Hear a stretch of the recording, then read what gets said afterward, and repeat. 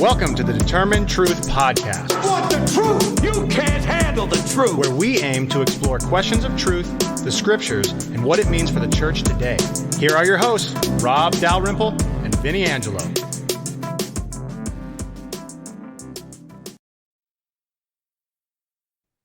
Hey everyone, welcome into the show. We are continuing through the book of Revelation, and we jumped into chapters 8 and 9 last time, and we're going to continue to look at that and look at what's happening with the trumpets. So, Rob, how do we want to venture on this week? What apocalyptic end of the world imagery are we going to learn about? Well, we want to look a little bit deeper into the issue of the seven trumpets in Revelation chapters 8 and 9 that we looked at last week.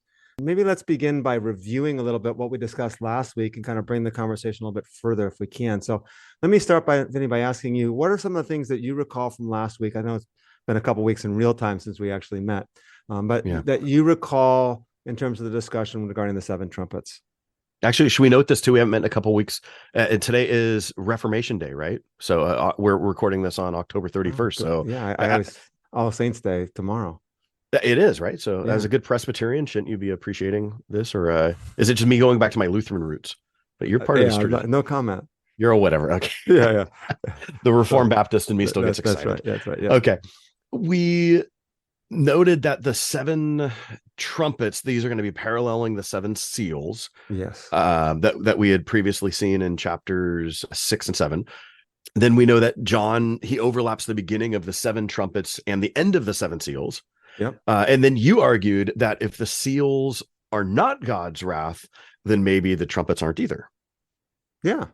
So what are some of the reasons why you think this? Because this is some of what you're arguing in your forthcoming commentary on Revelation, right? That's right. All right. Yeah. So I would begin with the fact that what you just mentioned, that there's the overlapping of the seals and trumpets.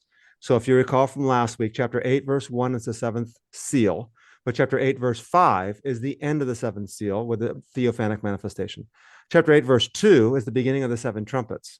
Chapter 8, verse 6 is the announcement of the seven trumpets, or I guess I'll say chapter 8, verse 2 is the introduction of the seven trumpets, and chapter 8, verse 6 then is the announcement that the trumpets are about to sound. So there's an overlapping. The first thing. The second thing is that obviously there's a parallel between the seals and the trumpets and the way that they're structured. Not only do they overlap one another, where the linking of them suggests that we should look at them in light of one another, but the first four seals clearly stand out from the last three seals. They each have a rider on a horse, and a voice says, "Come," and one of the four living creatures speaks, and things of that nature. And then the various colored horse appears.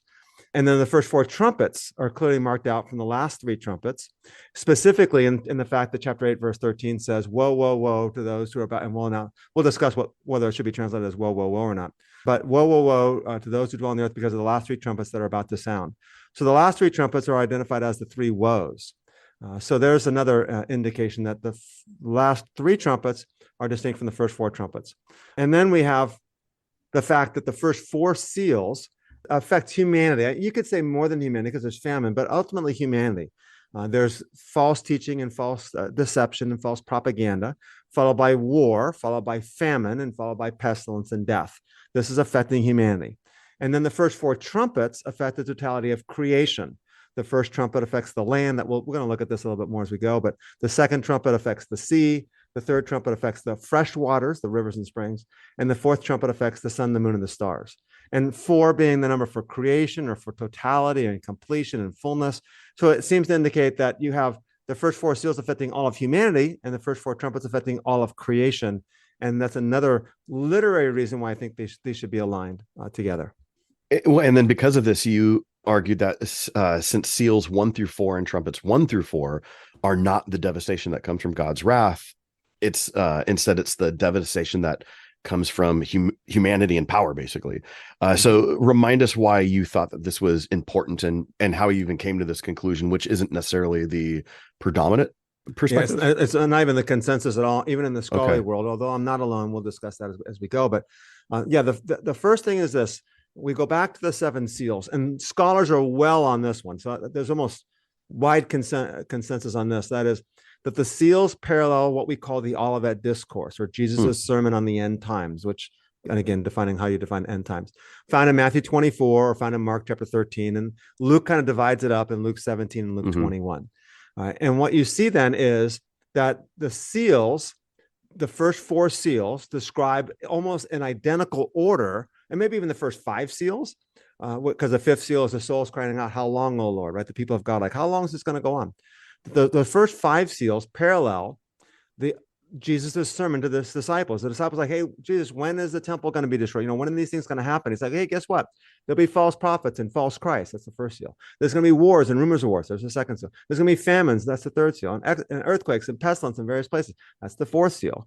And then you'll be persecuted on account of my name. And like, oh, that's the fifth seal. So it seems at least the first four seals, if not the fifth seal, parallel or identical to Jesus' sermon. And Jesus' sermon was not about, hey, these are going to be the signs of the end times, but these are going to be the things that happen between now and the destruction of Jerusalem. And what he's saying is, these are normal things. These are things that just happen every day. There's just going to be false prophets and false Christ going around. There's going to be wars. That he's not a prophet when he said, guess what? I prophesy that there shall be wars. Hey, wow, look at that. It happened. Mm-hmm. These are just things that they're normal occurrences of events. So Jesus is warning the disciples, hey, look, don't be deceived. Things are going to go on as normal for a while with earthquakes and famines and pestilence and wars and things like that. And then you're going to get persecuted. You're going to, hey, when's this going to happen? But then he says, when you see Jerusalem surrounded by armies, get lost, get out of town, right? So if that's the case, then the first four seals cannot be seen as like an indication as to when the world's going to end or signs of the soon to be return of Jesus Christ. They're just normal course of events that happen when human beings are in power. If that's the case, then the first four trumpets, which parallel the seals that we just discussed, and they're describing the effects that happen on creation, then it seems to stand that, that the destruction of creation in the first four trumpets is also what happens when human beings are in power. And these are the normal course of events in history that God's allowing to continue because, as we'll discuss in our next episode, the nations have not been redeemed yet. And that's going to be the key. There's that narrative. When's God going to redeem the nations? This is interesting, though, just as a side note, in Mark 13, the Olivet Discourse, this is clearly speaking about the destruction of the temple. Mm-hmm. And you're saying that what we're seeing Jerusalem, maybe you could say Jerusalem. And Jerusalem, yeah. And especially, Mark 13 is unequivocally talking about the temple. Yes. Matthew 24 adds like the second question that seems to talk about the end. Oh, it seems about the return of Jesus. The return of Jesus, yeah. Right. Yeah, I'm sorry. But this is interesting because you're not appealing to that in Revelation. You're saying it's following the same structure, but it's not necessarily talking about that event, right? If I'm understanding you correctly. Oh, correct. It's not. So the first four seals are not saying these things are going to happen until the temple's destroyed. It's like, no, these are just the normal course of events until the end happens. And the people of God cry out, well, how long? Like, well, not everybody's been redeemed yet. So you have to understand the seals in light of Revelation's narrative, but the parallel with Jesus' sermons lets you understand that, what John's using these for in Revelation's narrative is just to express life's going to go on for a while, and it's going to be hard for the people of God. Yeah. Now, I guess the other thing I would add to that also, though, Vinnie, is, you asked, why do I think that this is so important, that the devastation comes from human power, and that the trumpets, which are customarily believed even amongst the scholarly world as something that God does to bring wrath upon the world so that they repent. And my response to that is, well, then you have to explain, as we discussed last time, chapter 11, verse 18, where it says in Revelation, at the end of the seventh trumpet, it says, God's going to destroy those who destroy the earth. If God's the destroyer of the earth, that verse doesn't make any sense. That verse now makes a lot more sense when you go, wait a minute, let's change our paradigm to realizing that this is what the nations are doing, and God's allowing it to occur. And that's why God's going to bring the destruction upon those who destroy the earth. Because that statement was so random, as we mentioned last time, it didn't make any sense. Now, finally, then, why is this so important? Well, I'd say a couple of things. One, I think it's a faithful reading of the text, right? This is always the point. We want to know what the text says and make sure that we're giving a faithful reading of the text. But secondly, it reminds us of what I think the whole biblical story is about, certainly the New Testament, and especially from the book of Acts all the way through the book of Revelation. That is, the mission of God's people is to proclaim the kingdom of God and to continue in expanding the work of the kingdom that Jesus has begun, and that doing so will be difficult. Hence, we must go through many tribulations to enter the kingdom of God, Acts 14:22. And therefore, it's necessary for us to endure for the sake of Christ and for the sake of the nations. That's why this is tied up to the prayers of the saints also. Why do you emphasize that? You've said that for the sake of the nations. You've said that a few times. Why is that? Why do you see that specifically as being important? Because I think this is the focal point of the mission and the New Testament message of what God's people are supposed to be doing. We are supposed to be taking up our cross and laying down our lives for the nations. This is the essence of discipleship. So the narrative, remember, the narrative of the book of Revelation is focused on the scroll at this point. And the scroll is likely the will of God. And we know this ultimately because we've kind of read ahead. We know what's going to happen as we proceed in chapters 10 and 11. But the scroll itself has 7 seals, and all those things indicate that this is some like divine plan, some divine will. And what we learn as we proceed through the story is that God brings his redemption through us. It's what I'm going to argue as we get to our next episode, or 2 episodes from now on 10 and 11. What I'm going to argue is that the solution, or the means by which God brings redemption, is not by allowing the nations to bring havoc and devastation upon the earth and wars and all that calamity, because that doesn't bring repentance. That's what chapter 9, 21, and 22 are doing, or 20 and 21, whatever it is. But instead, he brings redemption by the people of God faithfully laying down their lives for the sake of the nations. It also then reminds us, then, we've talked about this also, Vinnie, that this popular end times understanding is like, oh, the nations of the world wage war against Russia and Israel, and we're the good guys, they're the bad guys. It dispels that. It makes us distinct from the nations. So the nations bring violence against God's people, but they're not our enemies. They are the enemies that we're to love and die for, and the people to whom we are to give our witness to. Your understanding of this section in chapters 8 and 9, we've talked about how it's new and it's a bit radical. It's departing from the consensus view. Like, how convinced are you of this, and why do you think that you just might be pegging something that's so different? Well, first off, the connection between the seals and the trumpets really helps solidify this. So I think I'm very convinced of this. I've worked on this now explicitly, this thesis, for 11, almost 12 full months now, developing and expanding it and figuring out, does this really work? And I mean, intense amount of hours. So it's not like I've just been studying this often. It's like, no, I've been working intensely on this particular thing. The parallel with the seals certainly solidifies the case. Secondly, the commonly held view of the 7 trumpets, as we discussed plenty of times now, is problematic, and it needs to be rejected. It makes God an evil God of wrath and vengeance. I want you to repent and I love you, but I'm going to strike you dead. And I don't think that makes any sense. The thing I would point out is that the consensus opinion for generations now has been influenced by popular dispensationalism, and it's simply not what the text is saying.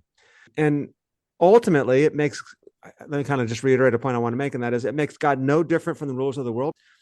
My understanding of the text that I've developed and that we're discussing now has been influenced by other scholars, including Richard Bauckham and David Barr. I mean, most notable names in Revelation scholarship are there. Like, they're saying things that I go, hey, and it caused me to kind of rethink things. And so David Barr, and I said this, we quoted this before, but let me reiterate the quote. And it says, the first moral issue in the story raises for me is, how can a story that glorifies war and violence be considered moral?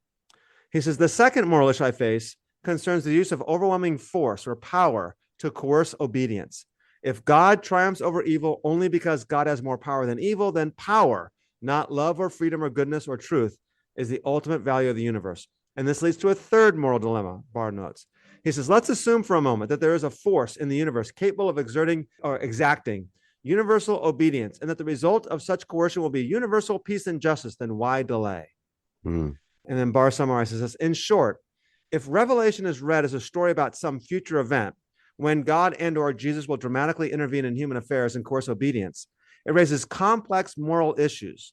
These moral issues are never faced by the popular readings of the book of Revelation. I would note, by the way, Barr doesn't solve the problem. He raises the problem.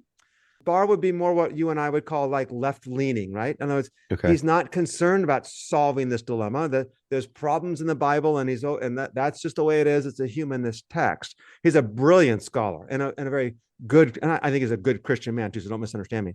But I think I'm wondering if he gets a hold of what I presented and I said, hey, I took what you did, but what if we read it this way? It actually makes sense of the text. 2 other reasons. That is, it radically undermines the revelation of God himself as a God of love. And that the fact that the nature of God's kingdom, or Jesus's kingdom, was established through sacrificial death. In other words, it's not only would God be a God of wrath, but the fact is that we know from Jesus that his kingdom is brought about and advanced by the people of God sacrificially dying. And then fourth, as I mentioned before, it gets rid of the practical issues of the popular readings of good guys versus bad guys, especially rejoicing in war. And as we were recording this in real time, I have a webinar this afternoon where I'm going to talk about the war in Gaza and call out Christian leaders who are giving sermons in their churches saying, this war on Gaza is a sign of the end times, let's rejoice. And their churches are actually literally clapping their hands and applauding that Hamas has killed 1,400 people in Israel, and that Israel's now going to respond with a force tenfold worse than what happened. And to the time that you and I are recording this now, there are now 8,000 people in Gaza and 3,000 children that have died. And we're rejoicing over this. I think this is a warped reading of Scripture. I know growing up, and you and I have talked about this offline, growing up in a dispensational mindset, the view, and this relates over to our political views and how we view the world, literally the world. But the idea is that God is just going to destroy this world. He's going to blow it up and make it new. So you know what? All this stuff about global warming, about environment issues, climate change, that's just all a hoax. And it doesn't matter because it doesn't matter what we do to the world. God's just going to make the whole thing new again. So, forget it. If we're rereading this passage, not in the sense of God destroying everything and everything being messed up, but this is going to have different implications for how we view things like ecology and things, how we view just taking care of the world, right?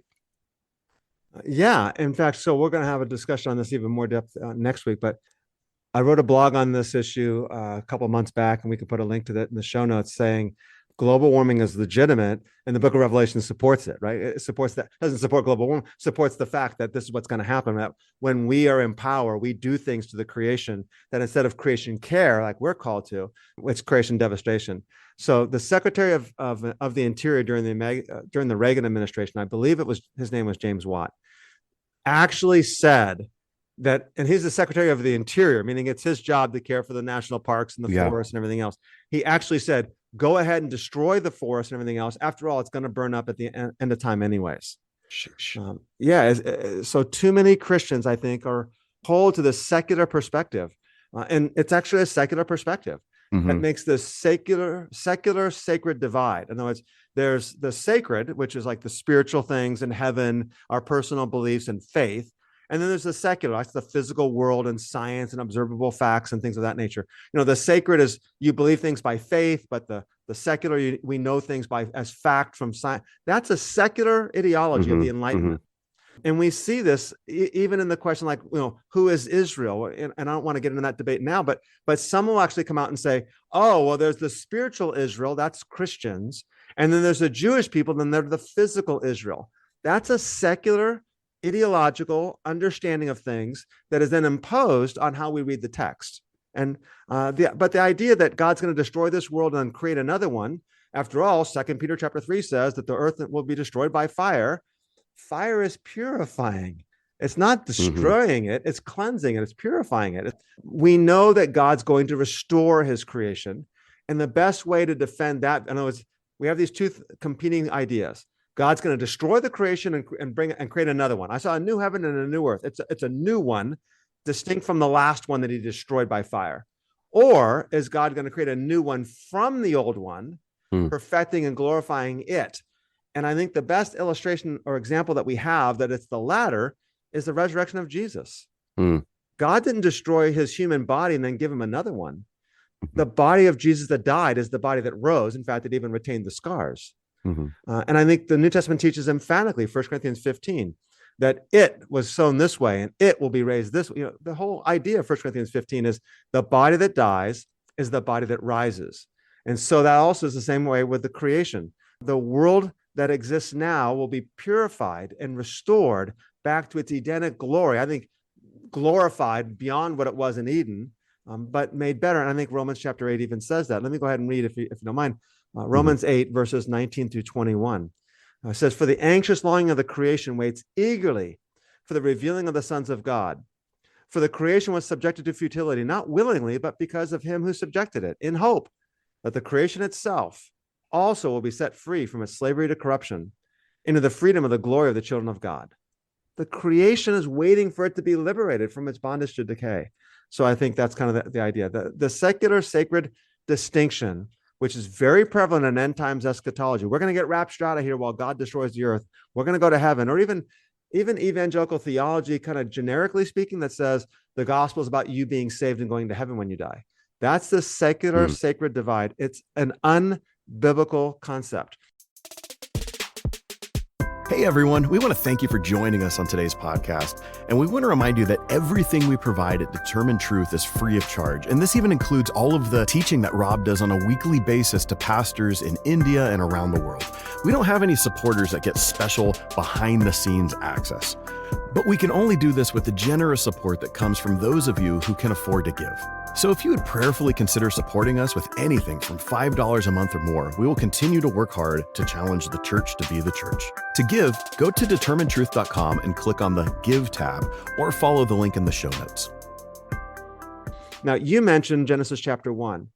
In Genesis chapter 1, I would argue, and affirming what you had said, and that is that God placed us on the earth to rule and subdue. Genesis chapter 1, verses 26 and 28.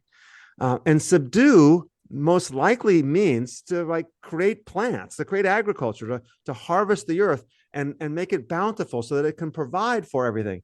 But there's an interesting statement in Genesis chapter 1, the description of Adam and Eve, or of male and female. It goes on in verse 30 to say, and to every beast of the earth. So this is the description of God forming Adam and Eve. I made them in my image. I created them male and female and let them rule over the fish of the sea and the birds of the air.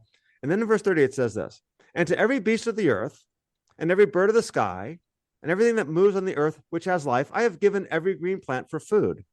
You're like, why is that added? I mean, that has nothing to do with the formation of humanity. I mean, humanity is to rule over the earth and subdue it. But then there's this note, oh, by the way, don't forget, I gave the green plants for the animals also. Mm-hmm. And that's the answer, that in the formation of humanity to subdue the earth, we're reminded in the creation account itself of chapter 1, not even chapter 2, of chapter 1, that, when we cultivate the plants, remember the animals get to eat them too. We can't just devastate the creation and harvest it all. And how many species are dying every single day on this earth? We're not doing a very good job of creation care. So one last thing to add here. And again, we know that one last thing doesn't mean one last thing, but we'll say one last thing for now. And that is, the real tragedy is that this is driven by money. Right? The devastation of rhinos and elephants is driven by money for the ivory. The devastation of fishing certain fish that are near extinction is driven by money. There's laws in place to make sure that you don't overfish these things, but people don't care about that. The harvesting of oil and all that stuff, and I get that we need to, but a lot of it's driven by money, and you should see what's going on in Nigeria. So I believe that this misreading this passage, Revelation chapters 8 and 9, has serious consequences. And then the thing that you said earlier, and that is, it also undermines our witness. That when we come alongside people and say, hey, we love the earth for reasons too, let me tell you why we do it. We think we should care for the planet as well. Here's why. And the context in that, we actually talked about that before we started recording.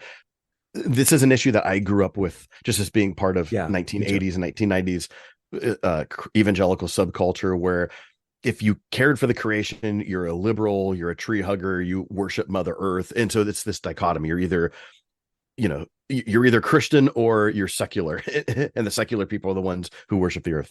And what was really cool, especially doing a lot of work in the book of Romans, and you had read through Romans chapter 8, that portion. Mm-hmm. But as I started exploring that years ago, starting to see evangelical conservative scholars who now started saying, wait a minute, we need to take texts like this seriously. And so you got someone like a Douglas Moo, who's one of the preeminent evangelical scholars in the book of Romans. He's started adapting this as well when he starts moving through this part of the text and saying, hey guys, this is actually something we need to look at. He's even gone for there's a really good, super accessible book. It's totally low shelf that Doug Moo wrote with his son Jonathan, who's also a biblical scholar. It's called Creation Care, a Biblical Theology of the Natural World. And it's this idea that evangelicals, conservative evangelicals, we can still take this seriously, and it doesn't make us line up with the liberals. And even if it does, and this is the point that I made earlier, anytime I teach this topic in my classes, which I regularly do, I always try to make this a touch point. So if you come across the person who has a passion for creation care and they're not a Christian, what a great gospel connection you have. What a great point for a gospel conversation is to say, hey, I have a reason for why I think we ought to be doing this. And the other person's probably going to speak in that kind of absolute language as well. Like, this is something we ought to do. But why? We share this common desire for justice here, to do what's right in the world. But what's your justification? Well, let me tell you, this is actually the Christian worldview. And things like that we should not overlook, because something like that could be just a huge witness, let alone it's just, I think it's part of our job responsibility. I agree. Yeah. When we move on, or just looking in general, looking at the trumpets, do they display a theme of decreation in a sense? Yes, they do. And that's actually really important. So decreation is the idea of undoing creation. So what happens then is the devastation of creation, for example, that follows the sounding of the first four trumpets, has this understanding of reversing or undoing God's original creation. So the presence, for example, of this theme is in the first trumpet, is reversal of the land and the plants, and what God did in the third day of creation. The sounding of the second trumpet, a third of the creatures in the sea are affected, and a third of the sea becomes blood, as a reversal of the creation of the sea life, which God did on the fifth day. The death of many humans, which result from the waters because they were made bitter after the sounding of the third trumpet, is a reversal of the formation of human life on the sixth day of creation. And then the sounding of the fourth trumpet is a reversal of 1/3 of the sun, 1/3 of the moon, and 1/3 of the stars were struck. That is bringing darkness to 1/3 of the day and 1/3 of the night. And that's a reversal of God's formation of the sun, the moon, and the stars on the fourth day of creation. There's also, I think, another thing that we should understand here, and that's this. We cannot read the trumpets as something that God's doing, because this is the idea of decreation. And God doesn't do decreation, he does creation. Now, someone might go, well, wait a minute, the flood. If you read the Genesis account, there's no question that the flood narrative in Genesis 6-9 is a decreation. Remember, in the Genesis chapter 1, God separates the waters from the waters above and below. So he creates the sky in the middle. And then he separates the waters from side to side, creating dry land. And that's God creating. So the separating of the waters was the means by which God created. The flooding of the world is then the waters coming back over the land, and even the waters above falling down. So this is the undoing of God's creation. You're like, well, the flood, clearly God did it. And so God does do decreation. But if you read the Genesis account carefully, and I think Tim Mackey and the Bible Project have some excellent podcasts. There's like 100 of them on Genesis. And I'm not exaggerating, by the way. He just really dives deep in the book of Genesis. He will argue that the flood narrative in Genesis 6-9 is God actually just accelerating what humanity was already bringing about. In other words, humanity was already bringing about the destruction that would lead to the flood, and that the Genesis account just simply says, well, God just accelerates the process. So it's a human process, and God's role is just simply allowing it to take place at an accelerated rate. When we hear the sounding of the fifth and sixth trumpets, these are really our depictions of demonic beings waging warfare, right? All right, yeah. So this is the next key thing, and that's this. The idea that the seven trumpets are God's doing has another significant problem. The fifth and sixth trumpets are clearly demonic agents.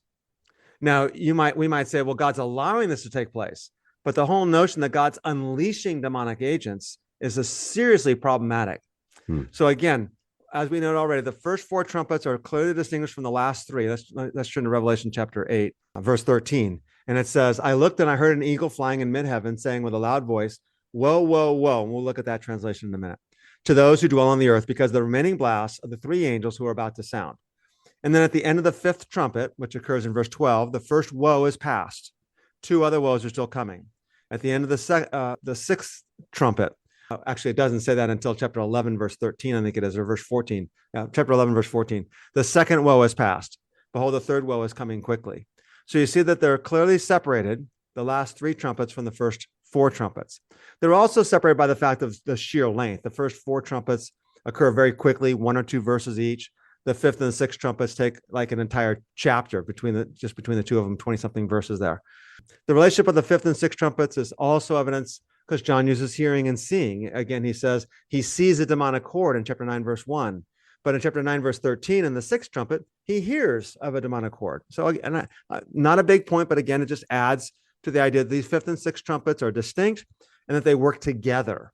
I'm going to argue in much more detail later on because we have a lot to do before we can do this, that what you see in terms of the war that's taking place in the fifth and sixth trumpets is actually the battle of what we call Armageddon in chapter 16. But the battle of Armageddon, which is the sixth trumpet, can't be separated from the war that takes place in chapter 19 when Jesus returns, and in chapter 20 when Satan's released from the abyss. But we have a lot to discuss when we get into those details there. So let's kind of save that for later on. But the point then is, what's happening in the fifth and sixth trumpets is the unleashing of demonic agents to do war against God's people. And God is not the author of these things. He's simply allowing it to occur. That's fine because he's sovereign, but he's not causing it to occur.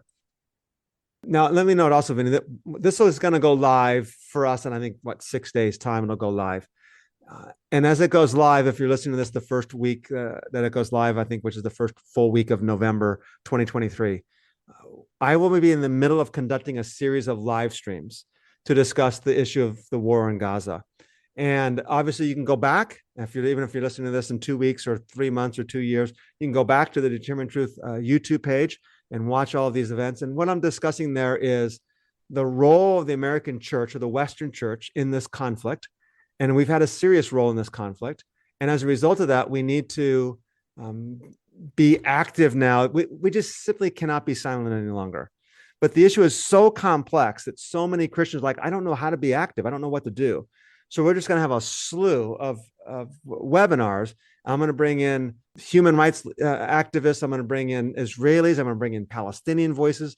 I'm going to bring in Jewish apologists. I'm going to bring in lawyers and legal advisors. I'm going to bring in people working with the White House and on the front lines. I'm going to bring in church leaders to discuss the theology. We're going to discuss all the various aspects of this. Is Hamas an evil entity bent on the total destruction of Israel? And does Israel have to just totally destroy Gaza because they have no other? We're going to discuss all those questions over the course of a series of webinars, because we need to be equipped, because we have to begin engaging in this conversation. So I want to encourage you to pay attention to those. Absolutely. In the narrative of the seven trumpets, there seems to be embedded several other literary features, which are probably very important to recognize to understand the passage, right? Yes. So we discussed last time that we have to read the book of Revelation, including this account, as a narrative. We talked about the fact that the seven seals affect 1/4 of humanity. The seven trumpets are clearly going to affect 1/3. The seven bowls in chapter 16 affect the totality, the whole, the entire sun, moon, and the stars were darkened, for example. And maybe the seven thunders that we don't know what they were affected 1/2, because they kind of come in the middle, 1/4, 1/3, maybe 1/2, and 1/2. There's a literary progression. We also noted that the prayers of the saints in chapter 8, verses 3 and 4 are sandwiched between the account of the ending of the seventh seal and the beginning of the seven trumpets. So there's this overlap of the seals and trumpets, but there's also this overlap of the prayers of the saints. And what's important to notice is that verses 3 and 4 in chapter 8, both verses make reference to the prayers of the saints. And I think this is really significant. All right. So what are the prayers of the saints? So good. This is a fundamental question of the book. We have to know what the prayers of the saints are. They're clearly central to the storyline. First off, we know that because they first occurred in chapter 5, verse 8. Right? The prayers of the saints went up before God, and that's in the throne room scene. So the opening scene to the whole main narrative of the book of Revelation, which starts in chapter 4, that throne room scene in chapter 4 and 5 includes an introduction to the prayers of the saints. Second thing to notice, the word prayer, this is really surprising to me when I found this out. The word prayer only occurs 3 times in the entire book of Revelation. And the 3 times are in chapter 5, verse 8, chapter 8, verse 3, and chapter 8, verse 4. And this is John's way of doing it. He will link passages together by repeating terms. And when those terms are found only in those 2 passages, he clearly wants you to link them together. He does this all the time. So if you're new to the podcast, just go back and listen to the other ones, or keep listening to the future ones, because we're going to mention this oftentimes. So that, again, that reinforces then the conviction that the prayers of the saints are central to the narrative of the 7 seals and the 7 trumpets, because remember, they overlap. Then there's also reference to the word incense. Okay, so the word incense occurs in chapter 8, verse 3, and in chapter 8, verse 4, and in chapter 5, verse 8. In fact, guess what? The word incense occurs 4 times. 5:8, 8:3, 8:4, and then in chapter 18. But there's going to be something significant about chapter 18 that relates it to these passages that we'll just discuss later on. I'm not dismissing it, but chapter 18 actually is relevant. So again, he's linking these three passages together, chapter 5, chapter 8, and chapter 18, by the use of incense. And what we're going to find in chapter 18 and 19 is where the prayers of the saints are actually finally answered. Okay. So that'll be the clue there. So again, what I think is happening then is the prayers of the saints is to be connected with the fifth seal. In the fifth seal, the souls on the altar cry out, "How long, O Lord?" That's the prayers of the saints. Mm-hmm.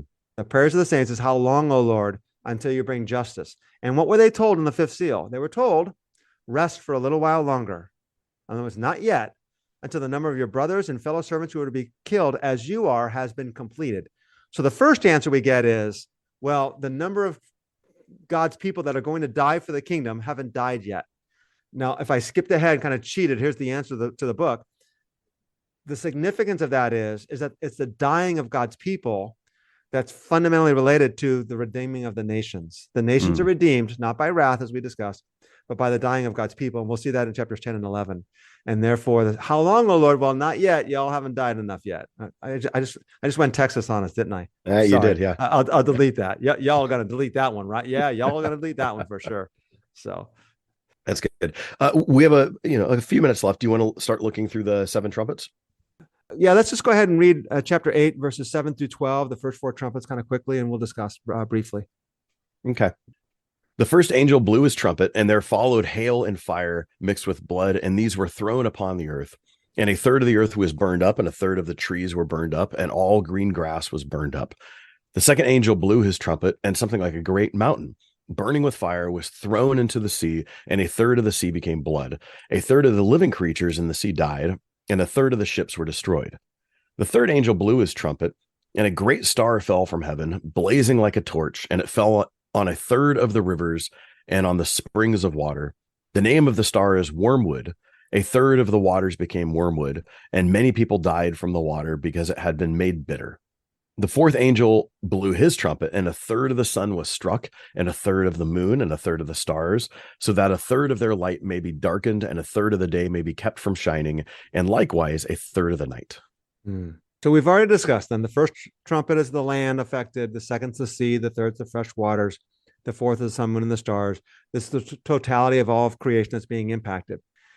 I think, and we'll see this as we go into chapters 18 and 19, which we'll get to eventually, that there are good reasons to suppose that John intends for us to see the trumpets as a prelude to the fall of the kingdoms of the world, which is the great harlot in chapters 17 and 18. Remember again, chapter 11, verse 18, he's going to destroy those who destroy the earth. The second trumpet refers to a great mountain which was thrown into the sea. And mountains often represent kingdoms or empires. The woman in chapter 17 sits on 7 hills or 7 mountains. And so I think what you see here is the effects following the second trumpet are what impacts the Roman economy and the economic well-being of those who profited from Rome's excessive prosperity. So a third of the ships are destroyed. Right? And you're going to see in chapters 17 and 18, a third of the sailors and those who make their living by the sea are going to groan and lament the destruction of Babylon. So ships were one of the primary means of transporting wealth to Rome. And it's probably the case then, I think, that the second trumpet is giving you a destruction of the great, or a description, a prelude at least, to the destruction of the great prostitute. And the fact, again, that John wants us to link these passages is indicated by the fact that chapter 8, verse 9, and chapter 18, verse 19 are the only 2 times the word ships occurs in the book of Revelation. So again, they're linked thematically, and then this use of words and terms to link the passages together. The third trumpet then adds that the name of the star is Wormwood, and the word wormwood just simply means bitter. So it's a bitter herb. So when wormwood occurs in the Old Testament, it often represents the punishment that comes upon nations that have been polluted by idolatry. And you see that in the book of Lamentations, and obviously Deuteronomy makes reference to it, and also the book of Jeremiah. The fourth trumpet sounds, and then John says a third of the sun was struck, a third of the moon, a third of the stars. And again, darkness that this trumpet brings is another indication of approaching judgment. The heavenly bodies are struck, looks forward to a coming judgment on the heavenly beings. And that raises a lot of other questions as well. But then after the fourth trumpet now, We have an eagle saying, "Whoa, whoa, whoa," in verse 13, right? And I know we read it earlier. You didn't just read it here then. And the question actually is it supposed to be whoa, whoa, whoa? The idea of whoa, whoa, whoa is in this popular end times understanding is it's like God saying, if you thought that was bad, watch out what I'm going to do now. It's going to get even worse. And that, again, fits with this understanding of God as this God of wrath who's bringing wrath and judgment upon the world. But the word ouai in Greek, it's ouai, like 4 vowels together, so it's kind of hard to pronounce. Ouai can also be an indication of a lament. It can be, and by the way, it's used 6 out of the 14 times in the book of Revelation. It's actually used to indicate a lament. In fact, in chapter 18, it occurs, I think, 6 times in chapter 18, verses 10, 16, and 19, twice in each of those verses. And in those 6 occurrences, most English translations translate it as like, alas, alas, alas, not whoa, whoa, whoa. So it may not mean whoa, whoa, whoa. In this instance, it may mean alas. And the fact is, and this is what I've pointed out earlier, that it's very difficult to suppose that the 5th and 6th trumpets are even judgments at all. The fact is that in the 6th trumpet, it parallels the 6th bowl, and the 6th bowl is a description of Armageddon. The only 2 times the word Euphrates occurs is in the 6th trumpet and in the 6th bowl, clearly connecting the two. So if the 6th trumpet is Armageddon, that's not God's wrath. Armageddon is the war that Satan is waging against God's people. And I'll discuss that in much more detail as we proceed. So if the 6 trumpets, if the 6th trumpet then parallels the 6th bowl, then the agent behind the demonic hordes in the 6th trumpet is Satan, not God. So it's a radical, you see how, by the way, how distorted of a misreading this is? Yeah. That means that the 3 woes are not God inflicting wrath upon the world, but it's God lamenting. It's God going, alas, alas, look what's happening. My creation is being destroyed. So Barbara Rossing, who I think is a phenomenal scholar and has written a wonderful text, and she's another scholar that's clued me in like, hey, there's something else going on besides this popular end times understanding. And she says, quote, woe, the word woe, or the translation woe, quote, is not really a helpful translation for the Greek word. She said its sense is rather one of lament, like a mourner in grief, wailing out repeated cries of oh, oh, oh at the death of a loved one. She notes that Spanish Bibles simply translate it as I. And she says, I would translate the word as alas. The meaning of the Greek word of ouai is, first of all, a cry of pain, like the word ouch in English. She adds, it's a subtle but significant shift in direction because alas conveys God's sympathy in a way that the word woe does not, end quote. And so again, I think I'm not the only one saying these things. I'm taking these clues that these other scholars are saying, going, hey, how do we read this then? How do we make sense of this passage? And that's what kind of had led me there. So I think this is huge. Instead of God being bent on wrath and like, I'm warning you guys now, if you thought that was bad, you should wait to see what's going to happen now. Instead, God's lamenting because of what's become of his creation. So I think that's a huge difference. Wow. What do you think this means for how we understand the 5th and 6th trumpets then? Well, as I kind of alluded to a minute ago, that we're going to have to come back to this later, because to really dive into the 5th and 6th trumpets means we really have to have chapter 16, chapter 19, and chapter 20 in mind. And so we actually have to we can't just go through the 7 bowls. We have to go through all of chapter 19 and at least the first half of chapter 20, and then we can come back. And the way I'll just tease your mind here, and that's this. In Revelation chapter 9, John sees the abyss being opened. An angel comes down from heaven and the abyss is open. In chapter 20, an angel comes down from heaven and the abyss is closed. And maybe there's a literary parallel between the two. And that is, what's happening in chapter 20 actually precedes story time, what happens in chapter 9.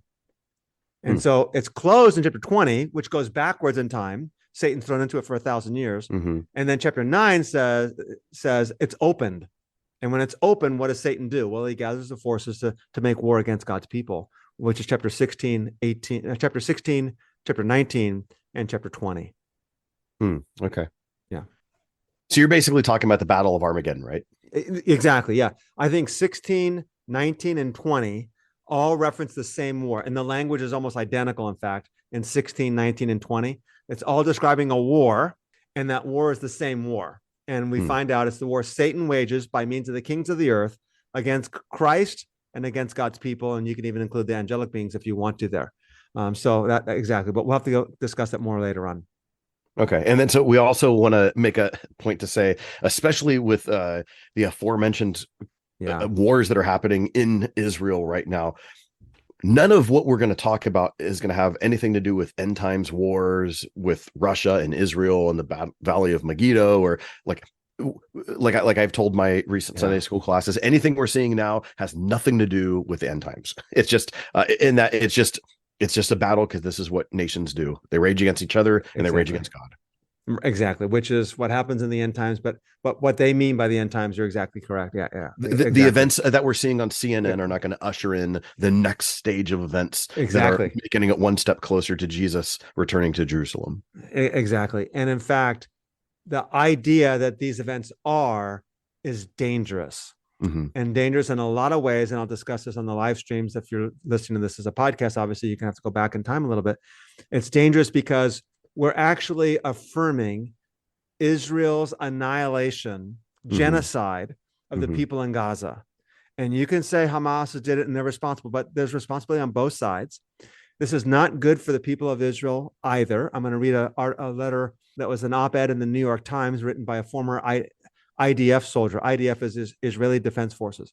A former IDF soldier that fought in the Gaza War of 2014 comes out and says, this is bad for everybody.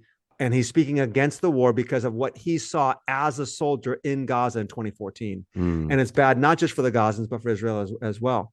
So here we are rejoicing at war and all those things that we discussed there. And then add to this. And here's what I think is so incredibly ironic, but tragically ironic. And that is evangelical theology, which doesn't necessarily mean it's associated with dispensationalism, but often it is. And dispensationalism is the popular end times understanding that war is going to happen in Israel and Armageddon and Russia's going to invade and all this kind of stuff. Evangelicalism, one of the pinnacles of evangelicalism is Christian witness. The idea of the euangelion, the evangelical comes from the word euangelion, which is the good news. It means we believe that people need to accept Jesus as their personal savior in some personal way, although I wouldn't exclude people necessarily, but I think that's the general idea there. I think there can be people that follow Jesus, but they never actually, and they truly believe in Jesus and they worship Jesus and they believe him as Lord, but they never had a conversion moment. That's just been their lifestyle. But nonetheless, that's generally a kind of part and parcel of evangelicalism.